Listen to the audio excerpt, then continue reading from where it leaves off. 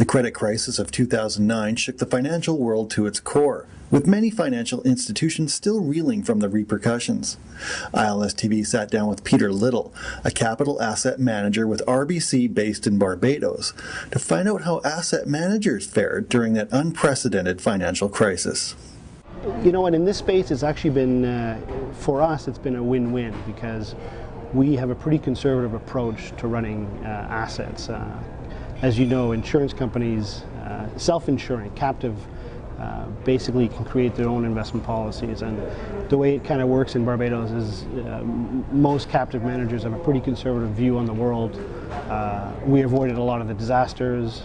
We were in corporate paper and government paper that was really backed by some good credit. So we had a phenomenal year in terms of returns, and it's going to help us going forward. It's a pretty conservative approach in terms to investing. So liquidity is important, capital preservation, and I think we managed to kind of, as I said, avoid a lot of the disaster. As U.S. banks dropped like flies during the crisis, Canadian banks managed to stay profitable. Peter shares his thoughts as to why.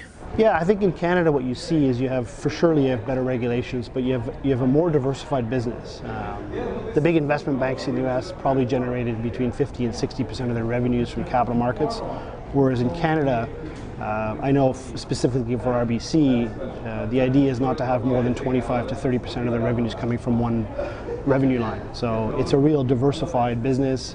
Obviously the bricks and mortar comes from Canada, but we're doing a lot of good stuff outside of Canada. We're trying to rebrand ourselves a little bit, but I think there's an opportunity for Canadian banks to really grow on the global scale. And as a shareholder and as an employee, I'd like to see them be a little bit more opportunistic. And I think in a typical Canadian fashion, they're not going to jump at the first opportunity that they see, but they're kicking the tires.